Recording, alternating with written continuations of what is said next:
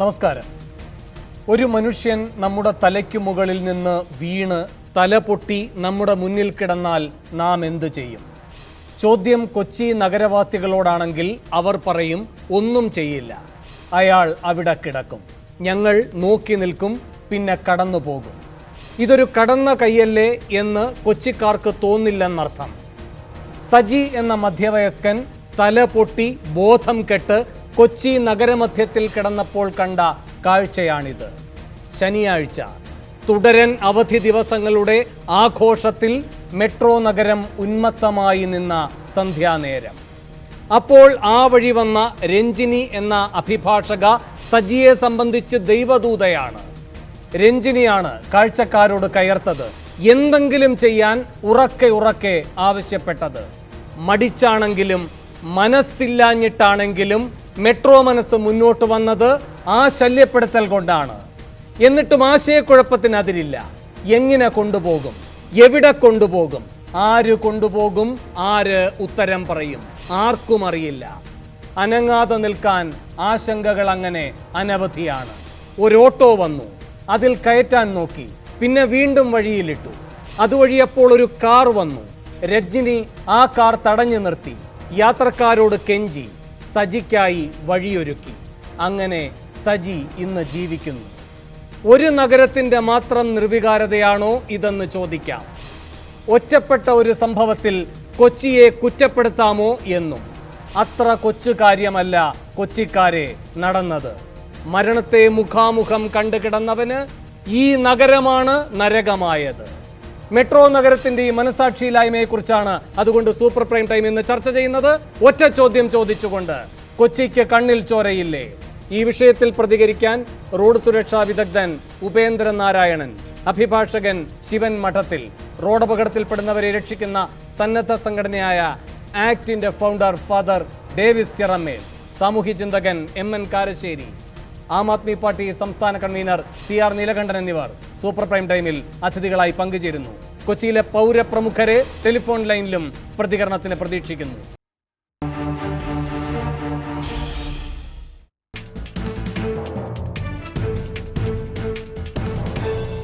കൊച്ചിക്കുണ്ടോ മനസാക്ഷിക്കുത്ത് എന്നാണ് super prime time ആദ്യം ചർച്ച ചെയ്യുന്നത്. പ്രൊഫസർ MN കാരശ്ശേരി, ഇവിടെ കൊച്ചിയിൽ പത്മ പോലെ ഒരു പ്രധാനപ്പെട്ട ജംഗ്ഷനിൽ അധികം രാത്രിയാകാത്ത സമയത്ത് ഒരു മധ്യവയസ്കൻ മുകളിൽ നിന്ന് താഴേക്ക് വീഴുന്നു. അത് കണ്ടൊരാൾക്കൂട്ടം നിൽക്കുന്നു. ആ ആൾക്കൂട്ടം പ്രവർത്തിക്കുന്നില്ല. അതുകൊണ്ട് നമുക്കവരെ കുറ്റപ്പെടുത്തുകയും ചെയ്യാം. പക്ഷെ ഞാൻ അങ്ങോട്ട് ചോദിക്കുന്നത്, അവരെ എല്ലാവരെയും ഒന്നിപ്പിച്ച ഒരു മനോഭാവമുണ്ടല്ലോ, ഒന്നും ചെയ്യേണ്ടതില്ല എന്ന്. പരസ്പരം അറിയാത്ത മനുഷ്യരാണ്. ഒരാൾ ആപത്തിൽപ്പെട്ട് കിടക്കുകയാണ്. പക്ഷേ അയാൾക്കെതിരെ ബാക്കിയുള്ള ഒരാൾക്കൂട്ടത്തെ, പരസ്പരം അതുവരെ ഒരുപക്ഷെ പരിചയം പോലും ഇല്ലാത്തവരെ എല്ലാം ഒന്നിപ്പിച്ച ഒരു മനോഭാവമുണ്ടല്ലോ, അതിൻ്റെ ഒരു ഏകദാന സ്വഭാവമുണ്ടല്ലോ. അത് എന്തിൻ്റെ സൃഷ്ടിയാണ്? അതിനാരെയാണ് പഴിക്കേണ്ടത്?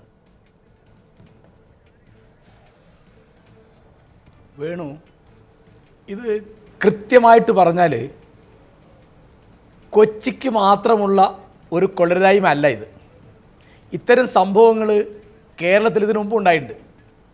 തിരുവനന്തപുരത്തും എറണാകുളത്തുമൊക്കെ വണ്ടി തട്ടി റോട്ടിൽ ആൾ ഒരു തവണ 22 മിനിറ്റ് കിടന്ന് ചോര വാർന്ന ഒരാൾ മരിച്ചു പോയിട്ടുണ്ട്.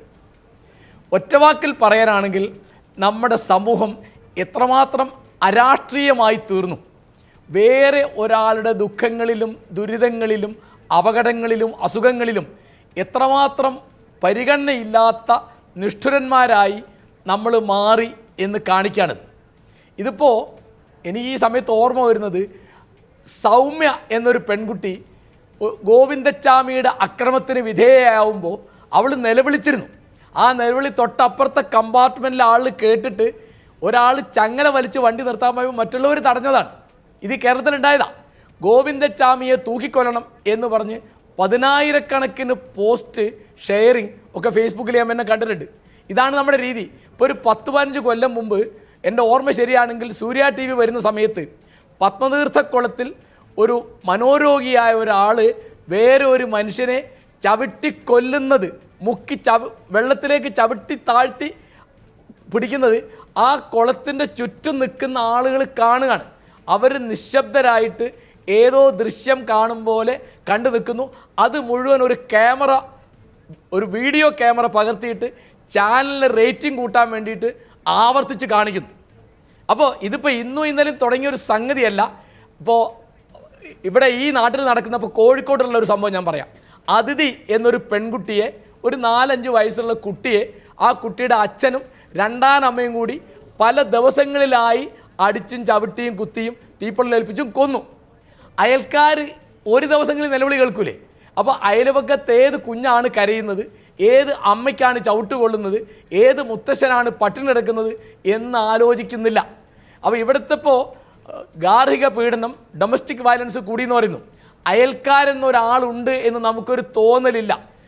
ഈ തരത്തിലുള്ള സ്ഥിതികൾ കേരളത്തിലെ ഏത് നഗരത്തിലും ഏത് ഗ്രാമത്തിലും വരാവുന്ന തരത്തിൽ നമ്മൾ മറ്റ് മനുഷ്യരുടെ കാര്യങ്ങളിൽ താല്പര്യവും പരിഗണനയും ദയവും സഹാനുഭൂതിയും ഇല്ലാത്തവരായി അതിൻ്റെ ചില എതിർത്തെളിവുകളാണ് ഇപ്പോൾ ചെറമ്മൽ അച്ഛനൊക്കെ തൃശ്ശൂർ ചെയ്യുന്ന കാര്യം. നമ്മളെല്ലാം കുറ്റപ്പെടുത്തി പറയരുതല്ലോ. ഇപ്പോൾ കോഴിക്കോട്ടാണെങ്കിൽ 2-3 കൊല്ലം മുമ്പ് നൗഷാദ് എന്നൊരു ഓട്ടോറിക്ഷക്കാരൻ ആൾനൂഴിയിൽ വീണ അയൽ സംസ്ഥാന തൊഴിലാളികളെ രക്ഷിക്കാനുള്ള ശ്രമത്തിൽ മരിച്ചുപോയി. കടലുണ്ടിയിൽ തൻ്റെ സുഹൃത്തായ ഒരാളെ രക്ഷിക്കാനുള്ള ശ്രമത്തിൽ വണ്ടി തട്ടി അബ്ദുറഹിമാൻ എന്നൊരാൾ മരിച്ചുപോയി. അങ്ങനെയുണ്ട് കേരളം. പക്ഷേ അവരുടെ എണ്ണം കുറവും മറ്റുള്ളവരുടെ എണ്ണം കൂടുതലുമാണ് എന്നുള്ളതിന് ഇവിടുത്തെ രാഷ്ട്രീയ വിദ്യാഭ്യാസം, രാഷ്ട്രീയ ബോധം, അയൽവക്കത്ത് ഒരാൾക്ക് ദുഃഖമുണ്ട്, ദുരിതമുണ്ട് എന്ന തരത്തിലുള്ള ഒരു മനസാക്ഷിയാണല്ലോ ഇത്. അത് ഇല്ലാത്ത തരത്തിൽ നമ്മളെ സുഖിയന്മാരും ഭോഗികളും ഇത്തരത്തിലുള്ള കാര്യങ്ങളൊക്കെ പറഞ്ഞാൽ മാത്രം മതി, ഫേസ്ബുക്കിലിട്ടാൽ മതി, പത്രത്തിലിട്ടാൽ മതി, ടെലിവിഷനിൽ ഫോണിൽ പ്രോഗ്രാമിൽ പറഞ്ഞാൽ മതി, നമ്മൾ ചെയ്യേണ്ടതില്ല എന്ന തരത്തിൽ കപടനാട്യക്കാരും ഹിപ്പോക്രറ്റുകളും ആയിട്ട് കേരളത്തെ മാറ്റിയത് നമ്മുടെ ഈ കാലത്തെ പ്രധാനമായും അതിന് ഉത്തരവാദി നമ്മുടെ രാഷ്ട്രീയ പ്രവർത്തനമാണ്. പിന്നെ മതങ്ങളൊക്കെ ഇവിടെ മതങ്ങൾ വലിയ കാര്യമാണ്, മതബോധം കൂടുകയാണ്, മത ആചരണം കൂടുകയാണ് എന്ന് പറയും. ആഘോഷങ്ങൾ കൂടും, തീർത്ഥാടനം കൂടും. നേരെ മറിച്ച് സ്വന്തം അമ്മയെ ഗുരുവായൂർ കൊണ്ടുപോയി നട തള്ളാൻ സാധിക്കും, മുത്തശ്ശിയെ നടത്താൻ സാധിക്കും, ഉമ്മയെ കക്കൂസിനകത്ത് കെട്ടിയിടാൻ സാധിക്കും എന്ന് കാണിക്കുന്ന ഒരു കേരളം ഉണ്ടായിക്കഴിഞ്ഞു. അതിൻ്റെ അനേകം തെളിവുകളിൽ ഒന്ന് മാത്രമാണിത്.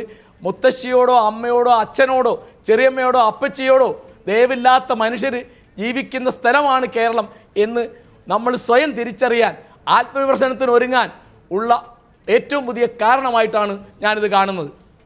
ഫാദർ ഡേവിസ് ചിറമേൽ, ഇതിപ്പോൾ മുരിങ്ങൂർ ധ്യാന കേന്ദ്രത്തിലുണ്ടായിരുന്നൊരു വ്യക്തിയാണ്. അവിടെ ഡോർമെട്രിയിൽ വന്ന് താമസിക്കുന്നു. പിന്നീട് അവിടെ താഴേക്ക് നോക്കുമ്പോൾ തലകറങ്ങിയതിൻ്റെ കൂടെ ഭാഗമായി അയാൾ താഴേക്ക് പതിക്കുന്നു, പരിക്കേറ്റ് അവിടെ കിടക്കുന്നു. തൃശ്ശൂർക്കാരനാണെന്ന് അറിയുന്നു ഈ സജി എന്ന വ്യക്തി. തൃശ്ശൂരിൽ അങ്ങയുടെ നേതൃത്വത്തിലൊരു പ്രതിരോധം നടക്കുന്നുണ്ടല്ലോ. ഇത്തരം സംഭവങ്ങൾ ഉണ്ടായാൽ ഏത് രൂപത്തിൽ വേണം പ്രവർത്തിക്കാൻ എന്ന ഒരു സംസ്കാരം വളർത്തിയെടുക്കാനുള്ള വർഷങ്ങളായി നിലനിൽക്കുന്ന ഒരു ശ്രമം. അവിടെയാണ്, ആ നഗരത്തിലാണ് ഈ സജി ഈ രൂപത്തിൽ വീണത് എങ്കിൽ ഫാദർ ഡേവിസ് ചിറമേൽ, എങ്ങനെയായിരിക്കും അവിടെ ഇതിൻ്റെ ഒരു പ്രതികരണം ഉണ്ടാകുമായിരുന്നത്? ഞാനിതിനെ കൊച്ചി എന്ന് മാത്രം പറഞ്ഞ് കൊച്ചി ഒരു കൊച്ചാക്കാൻ ഞാൻ പരിശ്രമിക്കണില്ല. കാരണം കൊച്ചിയിൽ കൊച്ചൗസേപ്പേട്ടനൊക്കെയുള്ള ഒരു സ്ഥലമാണ്. കൊച്ചിയുടെ എന്ന് മാത്രമെന്ന് നേരത്തെ പറഞ്ഞതുപോലെ പറയരുത്. നമ്മുടെയൊക്കെ ജീവിതത്തിൽ അപരനോട് കാണിക്കേണ്ട സ്നേഹത്തിൻ്റെ തലം ഇവിടെ പറയുകയുണ്ടായി. നമ്മളൊക്കെ വലിയ എല്ലാവരും ആത്മീയ മനുഷ്യരാണ്. ഈ ആത്മീയത എന്ന് പറയുന്നത് അപരൻ്റെ വേദനയും ദുഃഖം കാണുമ്പോൾ എല്ലാവർക്കും ധൃതിയാണ്. ആർക്കും ഒന്നും നേരില്ല. ഇത് കിടുത്തു കൊണ്ടുപോകാന്നൊക്കെ പറഞ്ഞു കഴിഞ്ഞാൽ വലിയ ഭാരമുള്ള കാര്യമൊന്നുമല്ല. പക്ഷേ ആൾക്കാർക്കൊന്നും നേരില്ല. ഒരു കാര്യം നമ്മൾ മനസ്സിലാക്കണം, മനുഷ്യൻ എന്ന് പറയുന്ന ജീവിക്ക് മാത്രമേ ഇത് ചെയ്യാൻ പറ്റുള്ളൂ. 2000 ഇതുപോലെ കുരിയച്ചിറയിൽ അപകടത്തിൽപ്പെട്ട് കിടന്ന് ആരും നോക്കാതെ പോയ ഒരു താഞ്ചൻ, അദ്ദേഹം ഒരു ഗാനമേള ട്രൂപ്പിലെ ഡ്രം വായിക്കുന്ന വ്യക്തിയാണ്. ആരെടുത്തു നിലവിളിക്കുകയായിരുന്നു. ആ രാത്രിയിലൊരു മറ്റൊരു വ്യക്തി കണ്ട് അദ്ദേഹം എടുത്തു കൊണ്ടുപോയി ആശുപത്രിയിൽ ചോര വാർന്ന് അദ്ദേഹം മരിച്ചു. ഈ വാർത്ത കേട്ടിട്ട് എനിക്ക് പരിചയമുള്ളൊരു സുഹൃത്താണ്. ഞാൻ അദ്ദേഹത്തിൻ്റെ മൃതസംസ്കാരത്തിന് ചെല്ലുമ്പോൾ അദ്ദേഹത്തിൻ്റെ അപ്പം മരിച്ചിട്ട് അതിൻ്റെ വാർഷികത്തിന് കുർബാന ചെല്ലിച്ചിട്ട് ആൾക്കാർ പോയിട്ടില്ല. അപ്പോഴാണ് മകൻ്റെ ബോഡി കൊണ്ടുവരുന്നത്. എല്ലാവരും നിന്ന് വർത്താനം പറയാം, ഭയങ്കര കഷ്ടമായി പോയി, അത് അങ്ങനെ ഇങ്ങനെ. ഈ വർത്താനം ഇതന്നെയാണ് സംസ്കാരം, വർത്താനം പറച്ചിലുള്ള നമുക്ക്. അന്ന് തന്നെ ഞാൻ ജില്ലാ കളക്ടർ, അന്ന് അൽകേഷ് കുമാർ ശർമ്മയാണ് ജില്ലാ കളക്ടർ. സാറേ ഇങ്ങനെ ഉണ്ടാവരുതിന്. എനിക്ക് കൊച്ചിക്കാരോട് പറയാനുള്ളത്, ഇത് നല്ലൊരു അവസരമാണ്, ഇനി ഇങ്ങനെ ഉണ്ടാവരുത്.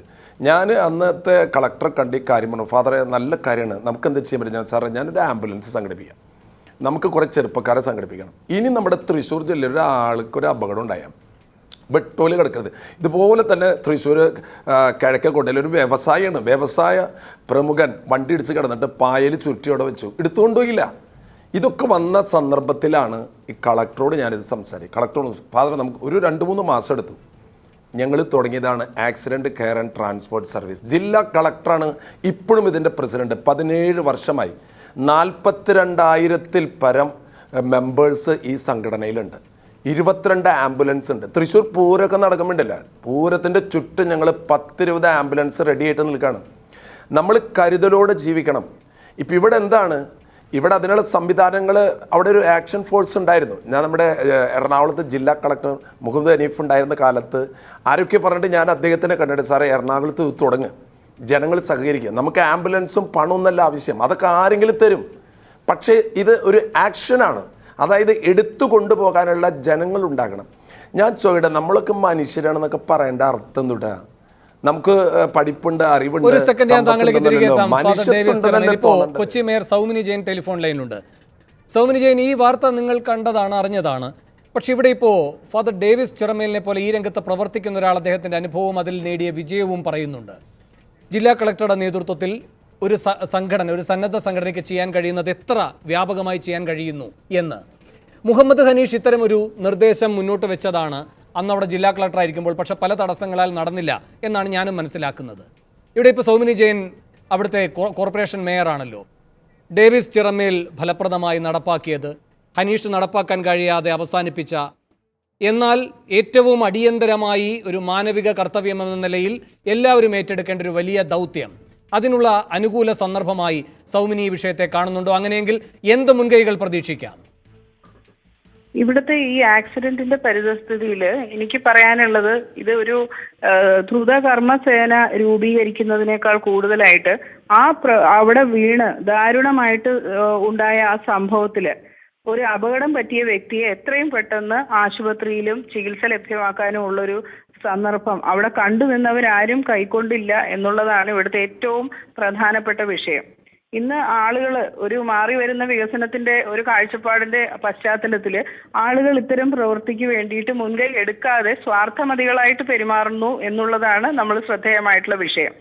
ഇവിടെ പലപ്പോഴും ആളുകൾ അത്തരത്തിൽ പെരുമാറുന്നത് ഇവിടെയുള്ള നിയമ സംവിധാനത്തിന്റെയോ അല്ലെങ്കിൽ പോലീസിന്റെ ചില ചോദ്യം ചെയ്യലിനെയോ കോടതി സാക്ഷിയാക്കുമോ എന്നൊക്കെയുള്ള ഭയം മൂലമായിരിക്കാം പലപ്പോഴും ഇത്തരത്തിലുള്ള അപകടങ്ങൾ വരുമ്പോൾ ആളുകൾ പിന്മാറുന്നത്.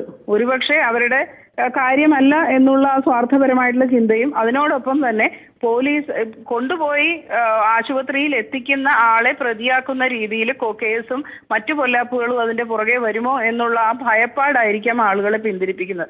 അപ്പോ സുപ്രീം കോടതി നടപ്പാക്കിയിട്ടുള്ള അല്ലെങ്കിൽ വിധി പറഞ്ഞിട്ടുള്ള ഇത് ഒരു വിധിയുണ്ട് അതിനെ അനുകൂലിച്ചുകൊണ്ട്, അങ്ങനെ കൊണ്ടു ചെല്ലുന്ന ആളുകളെ ഒരു തരത്തിലും ഹരാസ് ചെയ്യരുത് എന്നുള്ള ഒരു ഓർഡർ, അത് നടപ്പാകാതെ അവരെ ബുദ്ധിമുട്ടിക്കുന്ന അല്ലെങ്കിൽ അവരെ പലതരത്തിലുള്ള നിയമ പ്രശ്നങ്ങളിൽ കുരുക്കുന്ന രീതിയിലുള്ള പെരുമാറ്റം ഒഴിവാക്കിയാൽ തന്നെ ഒരു കൂട്ടം ആളുകളെങ്കിലും ഇതിലേക്കായിട്ട് മുന്നോട്ട് വരും എന്നുള്ളതാണ് എനിക്ക് മനസ്സിലാക്കാൻ സാധിച്ചിട്ടുള്ളത്.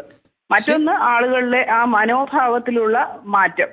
പണ്ടത്തെ പോലെയല്ല, സഹജീവിയായിട്ടുള്ള ഒരു മനുഷ്യൻ, ഇതൊക്കെ ശരിയാണ്. അങ്ങ് പറയുന്നത് ഒരു വിശാലമായ മനുഷ്യത്വത്തിന്റെ വളർച്ച ഉണ്ടാകണം എന്നതിൽ ഊന്നുന്നുള്ള ഒരു സാധ്യതയെ പറ്റിയാണ്. ഇവിടെ ഫാദർ ഡേവിസ് ചിറമേൽ ഇതേപോലെ തന്നെ പല രൂപത്തിലുള്ള മനുഷ്യർ ഉള്ള തൃശ്ശൂരിൽ നല്ല കാര്യക്ഷമതയോടെ ചെയ്യാൻ കഴിഞ്ഞൊരു മാതൃക വികസിപ്പിച്ചിട്ടുണ്ട്. നിങ്ങൾക്ക് കൈകോർത്തുകൂടെ? തീർച്ചയായിട്ടും സാധിക്കും.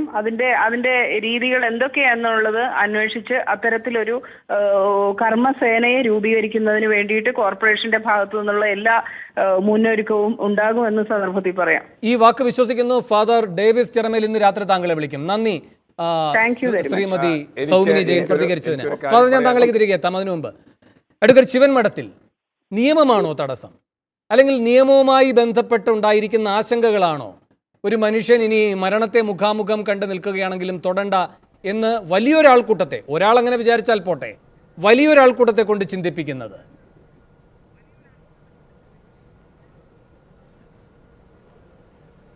വേണു, ഞാൻ പ്രൊഫസർ എം എൻ കാരശ്ശേരി മാഷും ഫാദർ ഡേവിഡ് ചിറമേലും പറഞ്ഞ കാര്യത്തോട് ഞാൻ പൂർണ്ണമായി യോജിക്കുകയാണ്. സമയപരിമിതി കൊണ്ട് അത്തരം കാര്യങ്ങളിലേക്ക് വീണ്ടും ഞാൻ പോകുന്നില്ല. അതിനോട് ചേർത്ത് പറയാവുന്ന ഒന്ന് രണ്ട് കാര്യം. നേരത്തെ professor M N Karassery Padmanabhaswamy ക്ഷേത്രത്തിലെ പത്മതീർത്ഥ കുളത്തിൽ ഒരു മാനസിക രോഗി വെള്ളത്തിൽ മുങ്ങിയിരിക്കുമ്പോൾ അദ്ദേഹം മുങ്ങി താണുമ്പോൾ രക്ഷപ്പെടുത്താൻ ഒരു പോലീസുകാരൻ വെള്ളത്തിലേക്ക് എടുത്തിയാടി അദ്ദേഹത്തെ രക്ഷപ്പെടുത്താൻ നോക്കുന്ന സമയത്ത് ആ പോലീസുകാരനെ ഈ മാനസിക രോഗി പിടിച്ച് മുക്കി വെള്ളത്തിൽ താഴ്ത്തി പൊക്കുകയും താഴ്ത്തുകയും ചെയ്യുന്നത് നോക്കി പല ആളുകളും അവിടെ കൂടിയവർ നോക്കി നിൽക്കുകയായിരുന്നു. അത് പലരും മൊബൈലിൽ പകർത്തുന്നത് സൂര്യ TV മറ്റ് ദൃശ്യമാധ്യമങ്ങൾ നമ്മളെ കാണിച്ചതാണ്. കേരളത്തിൻ്റെ പൊതുസമൂഹത്തിൻ്റെ ഒരു പൊതു സാക്ഷ്യമാണ് നമ്മളവിടെ കാണാൻ കഴിഞ്ഞത്. ബഹുമാന്യനായ MD അതിൻ്റെ അടുത്ത ദിവസം പിന്നെ ഒരു ലേഖനത്തിലാണെന്ന് തോന്നുന്നു, എൻ്റെ ഓർമ്മ ശരിയാണെങ്കിൽ അദ്ദേഹം പറഞ്ഞത് ഇങ്ങനെയാണ്: മലയാളികൾ മരണത്തെ ആഘോഷിക്കുന്നു എന്ന രീതിയിലാണ്. അപ്പോൾ ഇവിടെ നിയമം മാത്രമല്ല പ്രശ്നം, മനസാക്ഷിയുടെ പ്രശ്നം, നമ്മുടെ മനസ്സിൻ്റെ മൈൻഡ് സെറ്റിൻ്റെ ഒരു പ്രശ്നം. 3, സമൂഹത്തിലെ സഹജീവിയോടുള്ള നമ്മുടെ സഹാനുഭൂതി, അല്ലെങ്കിൽ അവരോട് നമുക്ക് കാണിക്കേണ്ട അനുകമ്പ, ആർദ്രത, ഇതൊക്കെ നമുക്ക് നഷ്ടപ്പെടുന്നു. കാരണം ആരോ ഇവിടെ സൂചിപ്പിച്ചു, സമയമില്ല. നമ്മളെല്ലാവരും ഒരു വലിയ ഓട്ടത്തിൻ്റെ ഭാഗമായി എവിടേക്കോ എത്തിപ്പെടാനുള്ള പ്രയാണത്തിൻ്റെ ഭാഗമായി നമ്മൾ നീങ്ങുമ്പോൾ ഒരു പൊതുസമൂഹം ഇത്തരത്തിൽ ഒറ്റപ്പെട്ടു പോകുന്ന പാവപ്പെട്ട മനുഷ്യരെ സാമ്പത്തികമായിട്ടും സാമൂഹികമായിട്ടും രാഷ്ട്രീയമായിട്ടൊന്നും വലിയ പിടിപാടില്ലാത്ത സമൂഹത്തിൽ ഏറ്റവും താഴെക്കടയിൽ നിൽക്കുന്ന മനുഷ്യൻ്റെ ജീവന് കൊടുക്കുന്ന വില നമ്മളിപ്പോഴാണ് മനസ്സിലാക്കുന്നത്. ഇവിടെ സജീവ് എന്ന് പറയുന്ന ആ മനുഷ്യൻ്റെ സ്ഥാനത്ത് ഇന്ന് ഏതെങ്കിലും ഒരു രാഷ്ട്രീയ പ്രവർത്തകനോ രാഷ്ട്രീയ നേതാവോ മന്ത്രിയോ മറ്റേതെങ്കിലും തരത്തിൽ സമൂഹത്തിൽ ഏതെങ്കിലും മുന്നിയ ശ്രേണിയിലുള്ള ഒരു വ്യക്തിയാണെങ്കിൽ ഇങ്ങനെ സംഭവിക്കുമോ എന്നൊരു ചോദ്യമാണ് കേരളീയ സമൂഹത്തോട് നമുക്ക് ചോദിക്കാനുള്ളത്. എന്തായാലും എൻ്റെ സഹോദരി അഭിഭാഷകയായ രഞ്ജിനി ആ ഒരു കാര്യത്തിൽ ഇടപെട്ട് അതിൽ ആവലാതികൾ അല്ലെങ്കിൽ മനസ്സിലുണ്ടായ അങ്കലാപ്പുകൾ പൊതുസമൂഹത്തിന് മുമ്പിൽ അവിടെയാണ് അഡ്വക്കേറ്റ് ശിവൻ മഠത്തിൽ അദ്ദേഹത്തിന്റെ ജീവൻ ഈ സൗമിനിയും ചൂണ്ടിക്കാട്ടിയ